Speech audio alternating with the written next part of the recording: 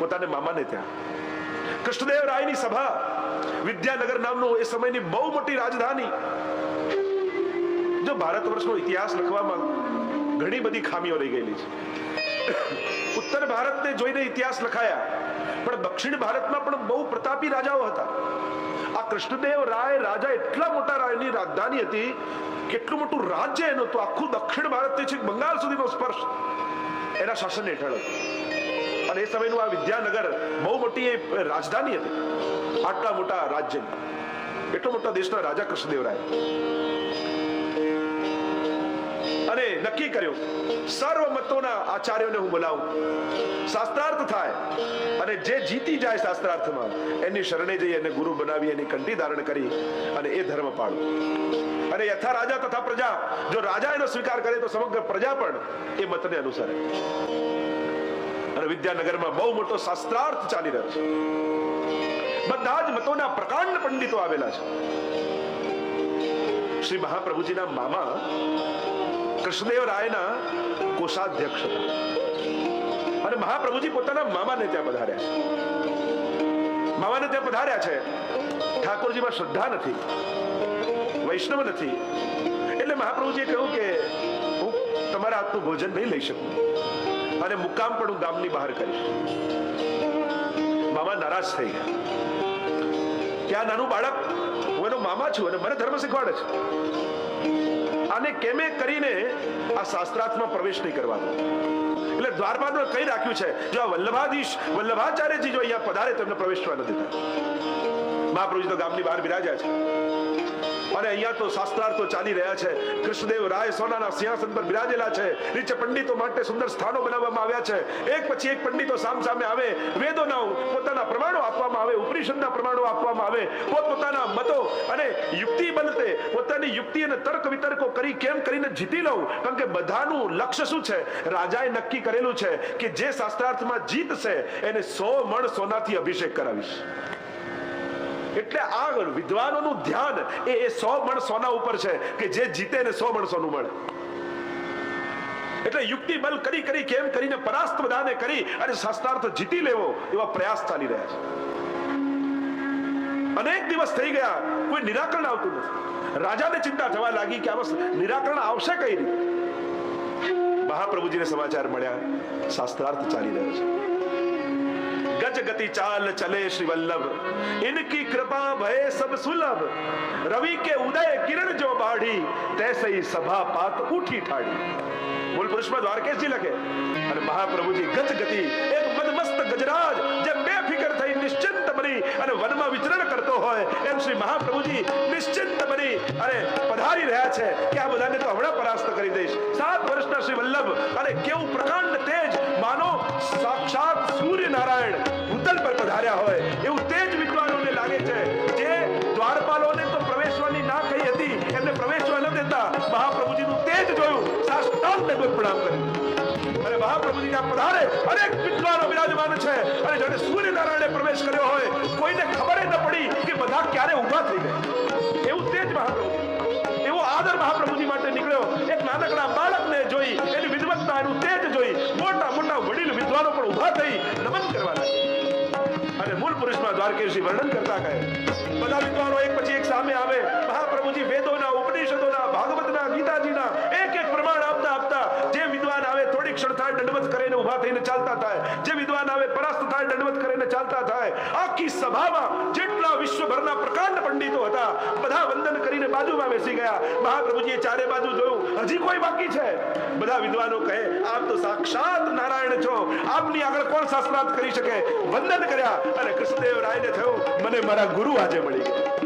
100 મણ સોનાની થાળોના થાળો લઈ બધી જ રાણીઓ સાથે કૃષ્ણદેવ રાય આવ્યા છે. મહાપ્રભુજીને સોનાના સિંહાસન પર બિરાજમાન કર્યા. જેટલી ભારત વર્ષની પવિત્ર નદીઓ હતી એ નદીઓમાંથી સોનાના કળશો ભરીને જલ મંગાવવામાં આવ્યું છે. અને એ નદીઓના સ્નાન મહાપ્રભુજીને થઈ રહ્યા છે. ચારે બાજુ જય ઘોષ, ડંકા નિશાન વાગી રહ્યા છે. મહાપ્રભુજી જગતગુરુ બનવાના છે. વેદ મંત્રોના અવગાહન થઈ રહ્યા છે. નમઃ નમઃ જય જયના શબ્દો બોલાઈ રહ્યા છે. વેદ મંત્રોના ઉચ્ચારણ સોનાના લાઈને અભિષેક કરાવ્યા મહાપ્રભુજીને. અને વંદન કરી કૃષ્ણદેવ રાયે કહ્યું, મને હવે આપનો શિષ્ય બનાવો, આપનો સેવક બનાવો, મારી સર્વ રાણીઓને આપના સેવક બનાવો. મહાપ્રભુજીએ શરણે લીધા અને જ્યાં મહાપ્રભુજી પધારવા લાગ્યા, કૃષ્ણદેવરાય કહે આ 100 મણ સોનું આપને ધર્યું છે. મહાપ્રભુજી કહે આપે મારો અભિષેક કરાવ્યો છે. અભિષેક એટલે સ્નાન કરવું, અને સ્નાન કરેલું જલ પાછું ઉપયોગમાં ન લેવાય. એમ ભલે સોનાથી સ્નાન કરાવ્યું, પણ સ્નાન કરેલું ત્યાજ્ય છે, એનું ગ્રહણ હું ન કરું. અને કનક સ્નાન શતમણ સુવર્ણે ગોવાલદાસ. મહાપ્રભુજી કહે આ જેટલા બ્રાહ્મણો આવેલા છે એ બધા સુવર્ણની લાલચથી આવેલા છે. એમ કરો આ જેટલું સોનું છે આ બધા બ્રાહ્મણોને વાટી. અને જ્યાં આ શબ્દો પડ્યા બ્રાહ્મણો જય ઘોષ કરવા લાગ્યા. આપના જેવું વૈરાગ્ય, આપના જેવું ઐશ્વર્ય, આપના જેવું જ્ઞાન આ છ ધર્મો આપમાં તો પ્રગટ રૂપે બિરાજે છે.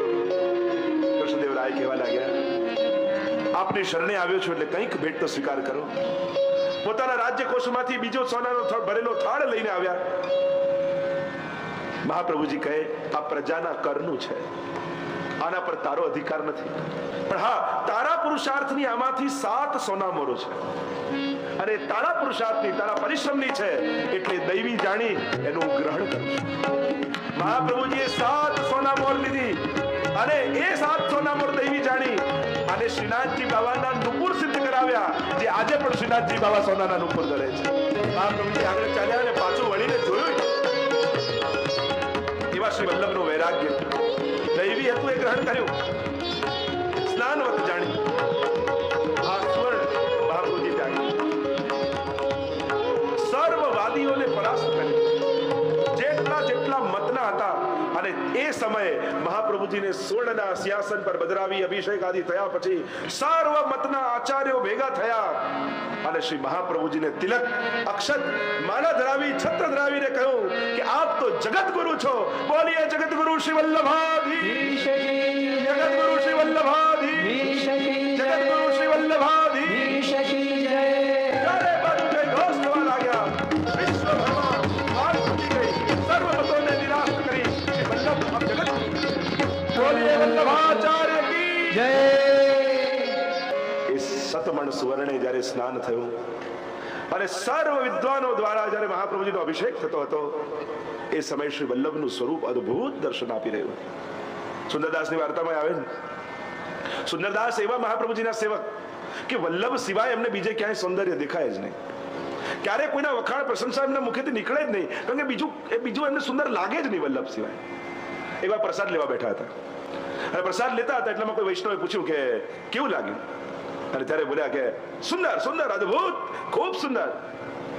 પેલા વૈષ્ણવને આશ્ચર્ય થયું કે આ કોઈ દિવસ વખાણ કરે નહીં કોઈ વસ્તુના, આજે થયું શું છે? અરે પ્રસાદ આટલો બધો ગમ્યો, આટલા બધા વખાણ. સુંદરદાસ કે કયો પ્રસાદ? આ તમારી સામે પડ્યો છે. અચ્છા, તમે આનું પૂછતા હતા? મારું ચિત્ત તો ત્યાં કૃષ્ણદેવરાયની સભામાં હતું કે મહાપ્રભુજી સોનાના સિંહાસન પર બિરાજેલા છે, 100 મણ સુવર્ણથી એમનો અભિષેક થઈ રહ્યો છે, અને એવી સુંદર શોભા લાગી રહી હતી. અને એ સમય તમે પૂછ્યું કેવું લાગ્યું, ત્યારે મેં કહ્યું સુંદર સુંદર, અદ્ભુત. હું તો વલ્લભના વખાણ કરતો હતો, હું તો એમની પ્રશંસા ગાતો હતો. મારું ધ્યાન તો પ્રસાદમાં હતું નહીં. એવી શોભા શ્રી વલ્લભની છે. તો સર્વવાદી નિરાશકૃત, સર્વવાદીઓને નિરાસ્ત કરનારા શ્રી વલ્લભ છે. ઉજ્જૈનમાં એક સાથે 100 બ્રાહ્મણોને ઉત્તર આપી નિરસ્ત કરી દીધા. એક ઘટ સરસ્વતીને નિરસ્ત કરી દીધો. જેટલા વિદ્વાનો મહાપુરુષો મળ્યા. અરે મહાપ્રભુજી તો ઠીક, એમના સેવકો કેવા, વિશ્વદાસ છીપાદી તમે જુઓ, દ્વારપાલ રહેતા ગુસાઈજીની ડોડી પર બેસતા. બધા વિદ્વાનો ગુસાઈજી પાસે શાસ્ત્રાર્થ કરવા આવે, અને શાસ્ત્રાર્થમાં હારે એટલે ગુસાઈજી એમને ધોતી ઉપરના દક્ષિણા તિલક કરીને મોકલી દે પાછી. અને વિશ્વદાસને એમ થયું કે ગુસાઈજીને શ્રમ પડે છે. દ્વારપાલ ચોકીદારી કરતા, એટલે એમ થયું કે ગુસાઈને શ્રમ પડે એના કરતા હું જ એમની જોડે શાસ્ત્રાર્થ કરું. એટલે જે બી વિદ્વાન આવે ને એમ કે મારા ગુરુ પાસે તો પછી જજો, પહેલા મને હરાવીને પછી અંદર જાઓ. અને ભલે ગમે તેટલો પ્રકાંડ પંડિત હોય, એ દ્વારપાલ જ એને શાસ્ત્રાર્થમાં હરાવી દે, અને પંડિત વિચાર કરે કે જેનો ચોકીદાર આવો વિદ્વાન હોય તો એ ગુરુ કેવા હશે. ઘણા દિવસ થયા કોઈ વિદ્વાન બ્રાહ્મણ આવ્યું નહીં, એટલે ગુસાઈજીએ પૂછ્યું કે વિષ્ણુદાસ, કેમ આજકાલ કોઈ વિદ્વાનો આવતા નથી, બ્રાહ્મણો આવતા નથી? આપને શ્રમ ન પડે એટલે હું થોડું શાસ્ત્રાર્થ કરી લઉં છું, એ લોકો ત્યાં જ હારી જાય છે, એટલે આપને શ્રમ ન પડે. ગુસાઈજી કહે એવું નહીં કરવું, અમે શાસ્ત્રાર્થ આદિ એટલા માટે કરીએ છીએ કે અમારી પાસે આવે અને અમે બ્રાહ્મણોનું રક્ષણ દક્ષિણા આપી એમનું પોષણ કરીએ, કારણ કે અમે તો ગો બ્રાહ્મણ પ્રતિપાલક છીએ, અને આ બાને બ્રાહ્મણોનું પોષણ થાય એટલા માટે અમે એમની સાથે શાસ્ત્રાર્થ કરીએ છીએ. તો સર્વવાદી નિરાશકૃત, સર્વવાદીઓને પરાસ્ત નિરાસ્ત કરનારા શ્રી મહાપ્રભુજી છે, એમના ચરણ કમલમાં વંદન કરીએ. 12મું નામ કહેતા શ્રી ગુસાઈજી પ્રભુચરણ શ્રી વલ્લભના સ્વરૂપને દર્શન કરી અને વર્ણન કરતા કહે, ભક્તિ માર્ગાબ્જ માર્તંડાય નમઃ, ભક્તિ માર્ગાબ્જ માર્તંડાય નમઃ, ભક્તિ માર્ગાબ્જ માર્તંડાય નમઃ, ભક્તિ માર્ગાબ્જ માર્તંડાય નમઃ, ભક્તિ માર્ગાબ્જ માર્તંડાય નમઃ, ભક્તિ માર્ગાબ્જ માર્તંડાય નમઃ. ભક્તિ માર્ગાબ્જ, અબ્જ એટલે કમળ. ભક્તિ માર્ગના કમળને ખીલવવા માટે સૂર્ય રૂપ શ્રી મહાપ્રભુજી છે. સાક્ષાત સૂર્ય રૂપ આપ છો. અને એટલા માટે જ કલીઓ બે છે, સૂર્ય એક છે. બે કલીઓ કઈ? ચંપારણ્યમાં જે દિવસે મહાપ્રભુજીનું પ્રાગટ્ય થયું અને એ સૂર્ય ચંપારણમાં ઉગ્યો, પ્રકાશ પડ્યો સીધો ગિરિરાજજી પર, અને શ્રીનાથજી બાવા રૂપી કલી જે બીડાયેલી હતી કંદરામાં, એ ખીલીને મુખારવિંદનું પ્રાગટ્ય થઈ ગયું. આપણે ત્યાં કહેવાય ને, જે દિવસે મહાપ્રભુજીનું પ્રાગટ્ય થયું એ દિવસે ગિરિરાજજીમાં શ્રીનાથજીના મુખારવિંદનું પ્રાગટ્ય થયું. તો એક કમળ ખીલ્યું શ્રીનાથજી બાવા રૂપે, અને બીજું કમળ ખીલ્યું આ વલ્લભીઓના હૃદય રૂપી કેળીઓને શ્રી મહાપ્રભુજીએ ખીલવી દીધું. સર્વ વૈષ્ણવને આનંદ મહા મહોત્સવ આજ, ભૂતલ મહા મહોત્સવ આજ. શ્રી ઠાકોર મહાપ્રભુજી વલ્લભ રૂપનું પ્રાગટ્ય જ્યારે આ ભૂતલ પર થયું, ભાગ્ય ન વલ્લભ ભૂતલાય, દેવીજીઓનો તો ભાગ્યનો ઉદય થઈ ગયો. તો આમ બે પ્રકારના કમળને ખીલવનારા શ્રી મહાપ્રભુજી છે. શ્રીનાથજી પણ દૂધ પાન કરીને રહેતા, કારણ જ્યાં સુધી વલ્લભના મુખારવિંદનું દર્શન ન થાય ત્યાં સુધી કેમ ગ્રહણ કરીએ? એટલે વલ્લભના દર્શન માટે તો ઠાકોરજીએ પણ ઉપવાસ કરેલા છે. પછી જયારે આરોગ્ય આવ્યું ત્યારના પછી પ્રસંગ આવે છે, તો શ્રી મહાપ્રભુજીની પ્રતીક્ષા તો શ્રી ઠાકોરજી બી કરે છે. અને આ સર્વ ભગવદી જનો ભક્તિ માર્ગાબ્જ માર્તંડ સર્વના હૃદયમાં ભક્તિ રૂપી કળીને ખીલવી દીધી. ભક્તિને સર્વાંગ સુંદરી રૂપે કોઈ સજાવી હોય તો શ્રી મહાપ્રભુજી સજાવી છે. ભક્તિના દરેક પાસાઓ તમે જુઓ. ત્રણ માર્ગ ભાગવતજી ક્યાં? યોગાસ્ત્રયો મયા પ્રોક્તાન નામ થયો વિદિત્યા જ્ઞાનમ કર્મશ્ચ ભક્તિશ્ચ. ત્રણ માર્ગમાં ભગવત પ્રાપ્તિના બતાવવામાં આવ્યા: જ્ઞાન માર્ગ, કર્મ માર્ગ અને ભક્તિ માર્ગ.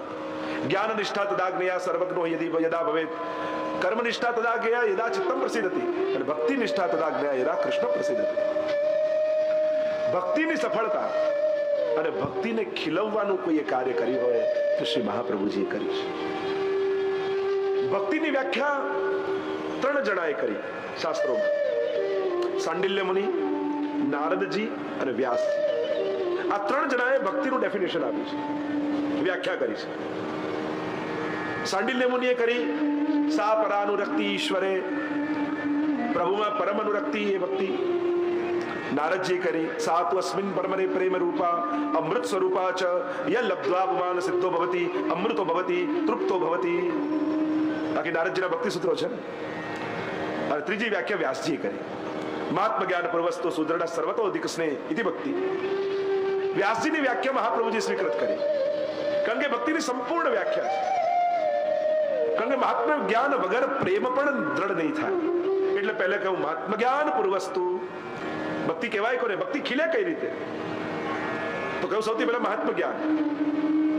મહાપ્રભુજી પણ આજ્ઞા કરે છે ને ગ્રંથોમાં, શાસ્ત્રમ અવગત્ય મનોવાગ્દેહી શ્રી કૃષ્ણ સેવ્ય. શાસ્ત્રને જાણીને કૃષ્ણની સેવા કરો. અને એટલા માટે પહેલા મહાત્મ જ્ઞાન કરો. અને મહાત્મ જ્ઞાન પણ કેટલું? દાળમાં મીઠું નાખીએ એટલું, પણ દાળ જેટલું મીઠું નાખી દો તો દાળ બગડી જાય. એમ ભક્તિનો ટેસ્ટ વધારે એટલું જ્ઞાન જોઈએ. પ્રભુના સુખનો વિચાર એ જ જ્ઞાન છે વૈષ્ણવ માટે. તો શેમાં પ્રભુને સુખ છે અને શેમાં પ્રભુને શ્રમ છે, આ જ વૈષ્ણવનું જ્ઞાન છે. જ્ઞાન તો શ્રી વલ્લભ આપે. અજ્ઞાન તિમિરાંધસ્ય જ્ઞાનાંજન શલાકે. એ જ્ઞાનનું અંજન આંજે ને શ્રી વલ્લભ, ત્યારે જ દ્રષ્ટિ મળે. આંખો ભગવાન આપે પણ દ્રષ્ટિ તો ગુરુ આપે. વલ્લભની આંખે, વલ્લભની દ્રષ્ટિએ ઠાકોરજીને જોવાના. તો આ ભક્તિ માર્ગ રૂપી કમળને ખીલવનારા સૂર્ય શ્રી મહાપ્રભુજી છે. જ્યારે મહાપ્રભુજી ભૂતલ પર પ્રગટ થયા ત્યારે ભક્તિ મહારાનીને ખૂબ પ્રસન્નતા થઈ. ભાગવતજીમાં ભક્તિની વાત આવે છે. ઉત્પન્ન દ્રવિડે સાહમ વૃદ્ધિમ કર્ણાટકે ગતા ક્વચિત ક્વચિત મહારાષ્ટ્રે ગુર્જરે જડતામ ગતા. પણ એ તો મર્યાદા ભક્તિની વાત છે. પુષ્ટિ ભક્તિ માટે તો ભક્તો એમ કહે ભક્તિ ગોકુલ તે પ્રગટી. આપણે ત્યાં કીર્તનમાં આવે છે ને, પુષ્ટિ ભક્તિનું પ્રાગટ્ય ક્યાંથી છે કે ગોકુલ, કે જ્યાં ઠાકોરજી પ્રગટ થયા ત્યારથી, જે પુષ્ટિ પુરુષોત્તમ પ્રગટ થયા ત્યારથી ગોકુલમાં ભક્તિનું પ્રાગટ્ય થયું છે. પેલી ભક્તિની વાત સાચી, એ દ્રવિડ દેશમાં ઉત્પન્ન થઈ, કર્ણાટકમાં, મહારાષ્ટ્રમાં ક્યાંક ક્યાંક પૂજાઈ, કર્ણાટકમાં વૃદ્ધિ પામી, ગુજરાતમાં આવીને ગરડી થઈ, એ જે વાત છે. પણ પુષ્ટિ ભક્તિ ગોકુલ તે પ્રગટી, ગોકુલથી પ્રગટી છે. અને શ્રી મહાપ્રભુજીએ સુબોધનીજી આદિ ગ્રંથોમાં એ ભક્તિનું નિરૂપણ કરેલું છે. અને એટલા માટે શ્રી મહાપ્રભુજી પોતે સૂર્ય રૂપ છે. અને સૂર્યને કમળ ખીલવવા માટે કઈ હાથ લાંબો કરવાની જરૂર નથી. એવું સાંભળ્યું કે આપણે એ સાંભળ્યું છે કે સૂર્યોદય થાય તો કમળ ખીલે, પણ એના માટે કઈ સૂર્ય પરિશ્રમ કરવો પડે, હાથ લાંબો કરીને એક એક પાંખડી ખોલવી પડે? ના, એ સૂર્યનું અસ્તિત્વ જ સર્વ કમળોને ખીલવી દે છે. એમ જ મહાપ્રભુજીનું પ્રાગટ્ય જ દરેકના હૃદયમાં રહેલી ભક્તિ રૂપી કમળને ખીલવવા માટે પૂરતું છે. ભૂતલ પર પધારવું જ, આ વલ્લભનો ભૂતલ પરનો સ્પર્શ જ જેટલા દૈવી જીવો હતા એ સર્વના હૃદયમાં ભક્તિને ખીલવી દીધી છે. એ દરેકને આનંદ થયો કે હા, હવે મારો ઉદ્ધાર થશે. તમે 84 વસ્તુની વાર્તાનો અષ્ટસખાની વાર્તા લો ને. અષ્ટસખાઓ લીલામાં પણ સખા છે, લીલામાં પણ દર્શન કર્યા છે, પણ જ્યાં સુધી મહાપ્રભુજી પાસે બ્રહ્મ સંબંધ ન લીધો ત્યાં સુધી હૃદયમાં ભક્તિ રૂપી કમળ હતું ખરા, પણ ખીલેલું નહોતું. સુરદાસજી મળ્યા, કુમનદાસજી મળ્યા, જેટલા પણ અષ્ટસખાઓ તમે જુઓ, વાર્તા પ્રસંગ જુઓ, મહાપ્રભુજીને ન મળ્યા હોય ત્યાં સુધી લીલાના પદો નથી ગાઈ શક્યા. સુરદાસને પણ કહ્યું પદ ગાઓ, તો કે હો પતિ તન કો ટીકો, હો પતિ તન કો નાયક, દોષો ગાયા, વિરહ ગાયા, આ બધા કીર્તનો ગાયા કે હું તો દોષોથી ભરેલો છું, દીનતા, આશ્રય આદિના કીર્તન ગાઈ શક્યા. પણ લીલાનું જ્ઞાન તો ત્યારે થયું જ્યારે મહાપ્રભુજી એમને બ્રહ્મ સંબંધ આપ્યું, ત્યારે લીલા સંબંધ થયો, અને ત્યારે હૃદયમાં રહેલી એક કળી ખીલી અને સર્વ લીલાઓના દર્શન એમને થયા છે. તો આમ મહાપ્રભુજી આ કમળ, ભક્તિ રૂપી કમળને ખીલવવા માટે સૂર્ય રૂપ છે. બાકી આ 84 સર્વ વૈષ્ણવ જુઓ, બધા લીલાના જીવો છે, બધા એ લીલામાં અનુભવ કરી ચૂકેલા છે. પણ શ્રી વલ્લભનો સંબંધ થાય એટલે જ વાર્તા સાહિત્યનો પ્રસંગ એક ત્યાંથી શરૂ થાય જ્યાંથી જીવનો વલ્લભ સાથે મેળાપ થવાનો હોય. બાકી પૂર્વ ચરિત્ર હોય, 3 જન્મની વાર્તા કહીએ ને, એક બ્રહ્મ સંબંધ ન થયું એના પહેલાની, બીજું બ્રહ્મ સંબંધ થયું એ જીવન, અને ત્રીજું ભગવત સેવા કરીને અલૌકિકતાને પામ્યા એ જીવન. લીલામાં જેમનું સ્વરૂપ હતું એનું 3 જન્મની વાર્તા થઈ. તો શ્રી વલ્લભ જીવનમાં પ્રવેશે એ જ સાચો પ્રસંગ વૈષ્ણવ માટે છે. તો આ ભક્તિ માર્ગ રૂપી કમળને ખીલવવા માટે આપ સૂર્ય રૂપ છો. અને જ્યારે મહાપ્રભુજી ભૂતલ તો શ્રૃંગાર શાસ્ત્ર સબ રોતે, જો શ્રી વલ્લભ રૂપ ન ધરતે, શ્રી વલ્લભ રૂપ ન ધર્યું હોત તો આ બધા શટશાસ્ત્રો, શ્રૃંગાર શાસ્ત્રો આ બધા રડતા હોત કે અમારા ખોટા ખોટા અર્થો કરી, અમારા ઉલટાનું ખોટા અર્થો કરી અમારું પતન થઈ રહ્યું છે. સારું થયું કે પ્રભુ વલ્લભ રૂપે પધાર્યા અને અમારા સાચા અર્થો જગતમાં પ્રગટ કર્યા છે. શ્રી વલ્લભ રૂપ ન ધરતે હો તો ખટશાસ્ત્ર આદિ શ્રૃંગાર શાસ્ત્ર સબ રોતે, બધા રડતા હોત. કારણ કે વિપરીત અર્થો કરવામાં આવે, જ્યારે શાસ્ત્રોના ખોટા અર્થો થાય, વિપરીત અર્થો થાય, ત્યારે શાસ્ત્રો પણ રડતા હોય છે. અને મહાપ્રભુજીએ સર્વ ગ્રંથોનો રસાત્મક અર્થ કર્યો, ભાવાત્મક અર્થ કર્યો. સર્વ ગ્રંથોને રસશાસ્ત્ર અનુસાર પ્રગટ કર્યા. ગ્રંથ સર્વે રસરૂપ કીધા પોતાને સિદ્ધાંત. ગોપાલદાસજી વલ્લભાખ્યાનમાં કહે છે ગ્રંથો તો હતા ખરા, એના અર્થઘટનો હતા, પણ બધા શુષ્ક અર્થો હતા. શ્રી મહાપ્રભુજીએ ગ્રંથ સર્વે રસરૂપ કીધા, સર્વના રસશાસ્ત્ર પ્રમાણે અર્થો કરી એ ગ્રંથોને સરસ કર્યા છે. જે નીરસ બની ગયા હતા એ સરસ થઈ ગયા. એ જ ભાગવતજીના તમે સર્વ અર્થો જો, એક જ્ઞાન પરકની ટીકા જો અને એક શ્રી મહાપ્રભુની ટીકા જો, તમે દરેકના અર્થઘટનો કરો. આપણી ત્યાંની ભક્તિ એ રસશાસ્ત્ર પ્રમાણેની છે. અને એટલા માટે જો રસશાસ્ત્ર જ્યાં હોય ત્યાં રીઝન ન હોય, ત્યાં ઇમોશન્સ હોય. આપણે આરતી કરવા પાછળનું શું કારણ, આની પાછળનું શું કારણ, આની શું કારણ, તો સાચા અર્થમાં જોવા જાવ લોકો જુદા જુદા વૈજ્ઞાનિક કારણો ગોતી લાવે. કંઠી પહેરવાથી આ રોગ જાય, તિલક કરવાથી એક્યુપંચર થાય, નાનું આ થાય, પણ જોવા જાવ તો ખરેખર આવા કારણો છે જ નહીં. આ બધા ખોટા ખોટા કારણો આપવામાં આવે છે. ધર્મની દરેક બાબતને વિજ્ઞાનના સિક્કાઓ મારવાની જરૂર નથી. ધર્મને ધર્મની દ્રષ્ટિએ જ જોવો પડશે. તો જ સાચા અર્થમાં એના અર્થઘટનો થઈ શકશે. પરાણે વિજ્ઞાનનો સિક્કો મારી કે છોકરાઓને શીખવાડવા માટે સાયન્સ, પણ એમાં સાયન્સ જ્યાં રસાત્મકતા હોય ત્યાં રીઝન ના હોય, ઇમોશન્સ હોય. આરતી કરું છું એની પાછળ કારણ શું, એનું કોઈ રીઝન ના આપવાનું હોય. એ તો વિરહના ઇમોશનને પ્રગટ કરું છું, ત્યાં ઇમોશન્સ છે. આ ધરું શૃંગાર, આ રંગ ધરું, આમ સેવા કરું, આવો મનોરથ કરું, આવી સજાવટ કરું, એની પાછળના કારણ ના હોય, એની પાછળ ભાવનાઓ હોય. જેથી આવો ભાવ મારી અંદર આવે, આવો ભાવ હૃદયારૂઢ થાય, આવો રસ મારા હૃદયમાં જાગે. આ બધા રસાત્મક ભાવોથી સેવા થાય છે. એટલે સેવા, સત્સંગ આદિ જે આદિ દૈવિક તત્વો હોય એમાં કારણો ગોતવા ન જતા, એમાં ભાવનાઓ શોધજો કે આ દર્શન કરવાથી, આ સેવા કરવાથી, આ મનોરથ કરવાથી મારી અંદર કયો ભાવ આજે જાગ્યો. મેં આજે કુંજના દર્શન કર્યા તો મારી અંદર ગોપીઓનો ભાવ આવ્યો. મેં પલ્લાના દર્શન કર્યા તો યશોદાનો ભાવ આવ્યો. માખણચોરીના ભાવ દર્શન કર્યા, સખાઓનો ભાવ આવ્યો. એમ આ બધું થાય છે ઇમોશન ડેવલપ કરવા માટે. તમારી અંદર આ બધી ભાવનાઓ જાગૃત થાય એના માટે વિવિધ પ્રકારની ભાવ કરી આપણે બધા મનોરથો કરીએ છીએ. એટલા માટે ખોટા ખોટા લૌકિક કારણો ગોતવા ન જતા, નહીં તો તમારો એ મનોરથ નીચે એનું લેવલ ઘટી જશે. કારણ કે કારણ નથી, ભાવો છે. રીઝન નથી, ઇમોશન્સ છે. એટલે આ બધું કરી એટલે જ આપણી માટે દરેકની પાછળની ભાવનાઓ, ભાવના, લીલા ભાવના, સ્વરૂપ ભાવના, દરેકની પાછળ ભાવના. આ રંગ તો એની પાછળનો આ ભાવ, આ સામગ્રી તેના પાછળનો આ ભાવ, આ સજાવટ એની પાછળનો આ ભાવ. દરેક વસ્તુ ભાવાત્મક. કારણ એનું દર્શન કરી તમારી અંદર એ ભાવનાઓનો વિકાસ થાય, તમારી અંદર ભાવનાઓ ધારણ થાય. અને એ ભાવને આ સિદ્ધતી, ભાવથી ભાવના સિદ્ધ થાય છે. અને એ બધી જ ભાવનાઓ તમને જ્યારે સિદ્ધ થઈ જાય ત્યારે તમારી સેવા પણ રસાત્મક બની જાય. સેવા 3 સ્ટેજ ઉપર ચાલે. પહેલા ક્રિયાત્મક હોય, મહાપ્રભુજીના સિદ્ધાંત આ પ્રમાણેની આજ્ઞા, એટલે એ પ્રમાણે આપણે કરતા જઈએ, હજી ભાવના આવે હોય. પણ ક્રિયાત્મક કરીએ એટલે ક્રિયાત્મક પહેલું લેવલ. પછી થોડું ડેવલપ થાય, ભાવ હૃદયમાં આવે, એટલે પછી ક્રિયાત્મકમાંથી ભાવાત્મક સેવા બને. અને ભાવનાઓ જ્યારે જાણો ત્યારે એ ભાવ પ્રમાણે કરતા કરતા ભાવાત્મકતાથી પણ સ્ટેજ ઉપર જાય અને સેવા રસાત્મક બની જાય. કે જે રસનો આનંદ ગોપીજનો અનુભવ કરે છે, ધીરે ધીરે સેવા કરતા કરતા એ રસનો અનુભવ વૈષ્ણવ પણ કરવા લાગે. તો 3 સ્ટેજ ઉપર સેવા ચાલે, ક્રિયાત્મક, ભાવાત્મક અને પછી રસાત્મક થઈ. તો અહીંયા મહાપ્રભુજીએ સર્વ ગ્રંથોને રસરૂપ કરી દીધા અને દેવી જીવોને આનંદ આપ્યો છે. તો હૃદયને આ કમળને ખીલવવા માટે એ વલ્લભ આપ તો સૂર્ય સમાન છે, સાક્ષાત સૂર્ય છે. શ્રી વલ્લભ ની ભીતર કેટલા કમળો વિરાજે, ઠાકોરજીમાં કેટલા કમળ વિરાજે. આપણે સૂર્ય રૂપ કયા કે આપ તો સાક્ષાત આ કમળોને ખીલવવા માટે સૂર્ય રૂપ છો. એમ કહેતા શ્રી ગુસાઈજી પ્રભુચરણ આગળના નામના ઉચ્ચારણ કરતા આજ્ઞા કરે.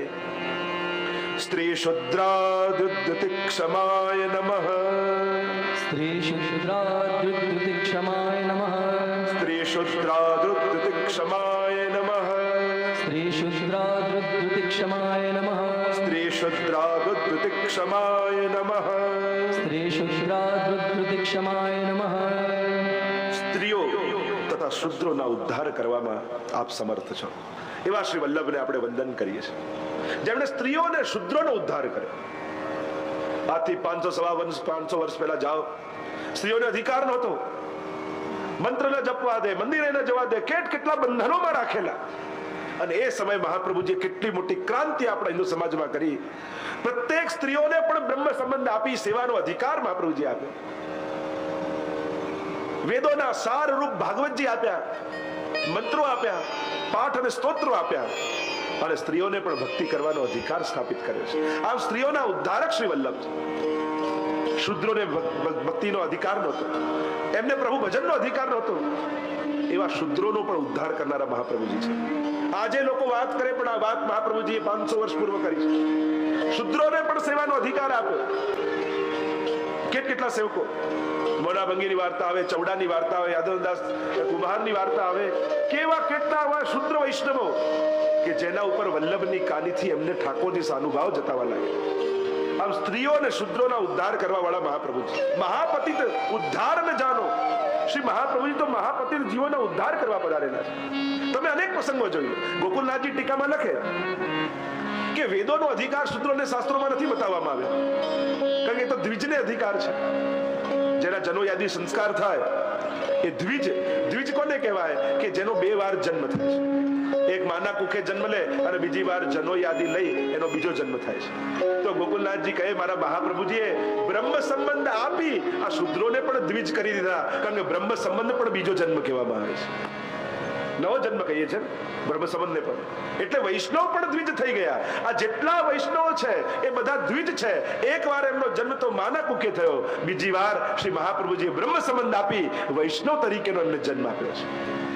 વાર્તા પ્રસંગમાં એવો પ્રસંગ આવે છે કે પરીક્ષા કરી કે કહેવાય છે કે બ્રહ્મ સંબંધ એ નવો જન્મ છે. તો પેલા વૈષ્ણવ પરીક્ષા કરી. એક વૈષ્ણવ હતો અને ધનની પોટલી રાખવા માટે, સાચવવા માટે આપીને ગયો હતો.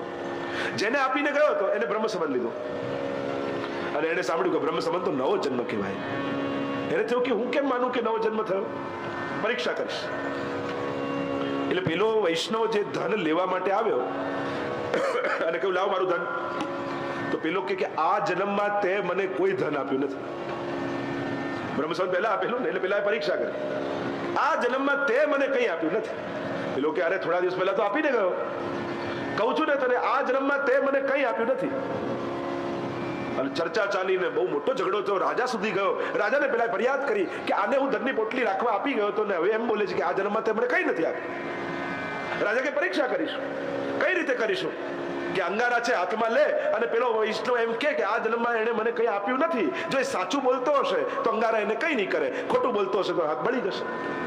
પેલો શેઠ તૈયાર થઈ ગયો, પરીક્ષા આપવા તૈયાર છે. આ જન્મમાં એને મને કંઈ આપ્યું નથી. અને બળબળતા હાથમાં અંગારા લીધા અને ગુસાઈજીનું સ્મરણ કર્યું કે મારો બ્રહ્મ સંબંધ દ્વારા જો નવો જન્મ થયો હોય તો આપ એને પ્રમાણિત કરીને બતાવો. અને બળબળતા અંગારા જ્યારે હાથમાં લીધા, ઇતિહાસ એમ કહે છે એને કાંઈ થયું નહીં. અને જે ધન મૂકીને ગયો તો એને આશ્ચર્ય થયું, અરે આને ધન આપીને ગયો ને આને કંઈ ન થયું.